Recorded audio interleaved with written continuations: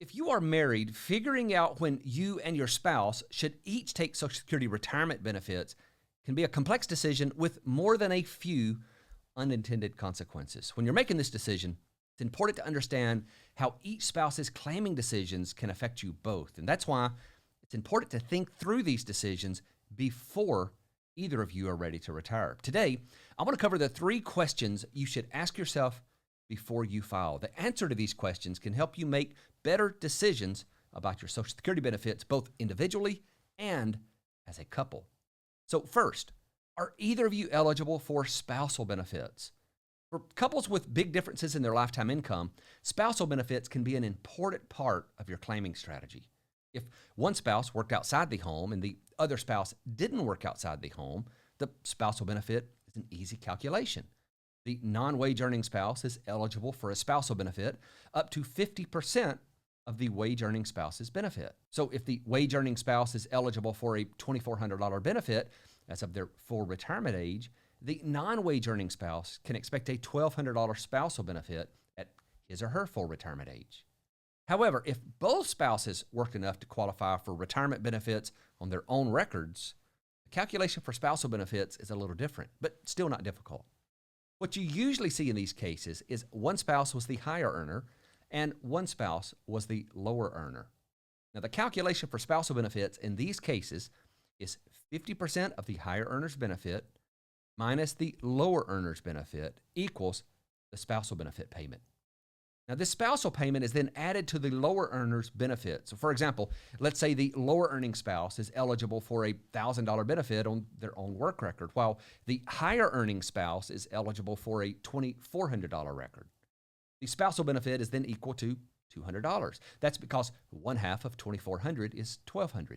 Subtract the lower earning spouse's benefit of $1,000 for a spousal payment of $200. Now, you'll notice that the lower earner is still eligible for a total benefit equal to half of the higher earner's benefit, just split between 2 separate benefits. So that's $1,000 of their own retirement benefit plus $200 of a spousal payment. Now, understanding this calculation is important because understanding that spousal benefit can help you determine when to take retirement benefit, since both the retirement benefit and the spousal benefit portion are subject to reductions if you take benefits prior to full retirement age, but only the retirement benefit portion will increase if you delay past full retirement age. So starting with an understanding of how much spousal benefits the lower earner in your marriage is entitled to as of their full retirement age can help you better understand how these benefits will be affected by early or late filing. And if you want to take a deeper dive into the spousal benefit calculation, especially for those who may collect both their own benefit and a spousal benefit, I'll link up my video in the description below. You need to watch that because we go into a lot more detail. The second question will be, how much can you expect in survivor benefits? This is one of the most vital questions that spouses need to think about for their Social Security benefits. The amount of money the surviving spouse receives will be either their own monthly benefit or the monthly benefit of the deceased, whichever is greater. So for example, let's say Paul is eligible for a $2,500 benefit at his full retirement age. His spouse Jill is eligible for a $1,250 benefit at full retirement age. If both spouses take their benefits at age 65, assuming a full retirement age of 67, that would reduce Paul's benefit to $2,166 and Jill's benefit to $1,083. So no matter which spouse dies first, the survivor benefit in this case will be $2,166 because it's the greater of the 2 monthly benefits. But if both spouses wait to take benefits until age 70, that increases their future survivor benefits as well as their monthly retirement benefits.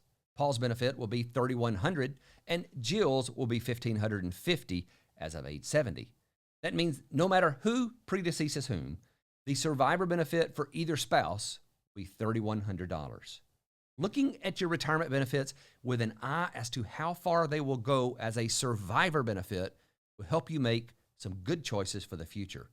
Now, there are some additional things to know about survivor benefits, like the widow's limit rule. So I would encourage you to watch my video that's dedicated to this topic for more information, and I'll link that up down in the description below as well.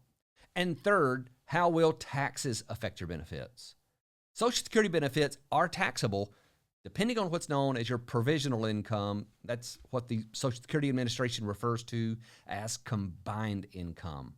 The formula for calculating your combined income is 1/2 of your Social Security benefits plus all of your other income, including tax-exempt interest. Now, tax-free distributions from a Roth IRA are not included. The combined income is then combined to an upper and lower base amount to determine how much of your Social Security income may be taxable. For married couples, the lower base amount is $32,000 and the upper base amount is $44,000. If your combined income is less than $32,000, you're not going to owe any taxes on your benefits.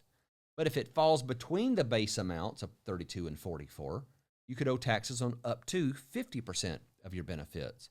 And if it's above the $44,000 base amount, you'll owe taxes on up to 85% of your benefits. The portion of your benefits that are taxable will be taxed at your marginal tax rate and included as ordinary income.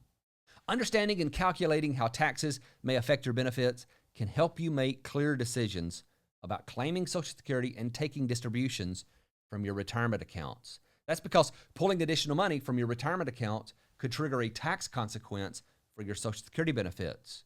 If your combined income is between the base amounts, every additional dollar you take from a retirement account will add 50 cents of your Social Security benefits to taxable income.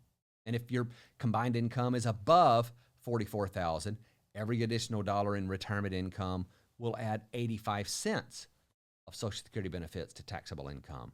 Having a plan in place for your retirement account distributions and your Social Security benefit timing can help you make the most tax-efficient decisions you can as a couple. Now, there's certainly more to consider when making the decision about filing for benefits, but getting started with these 3 big questions will set you on the course for making the right move.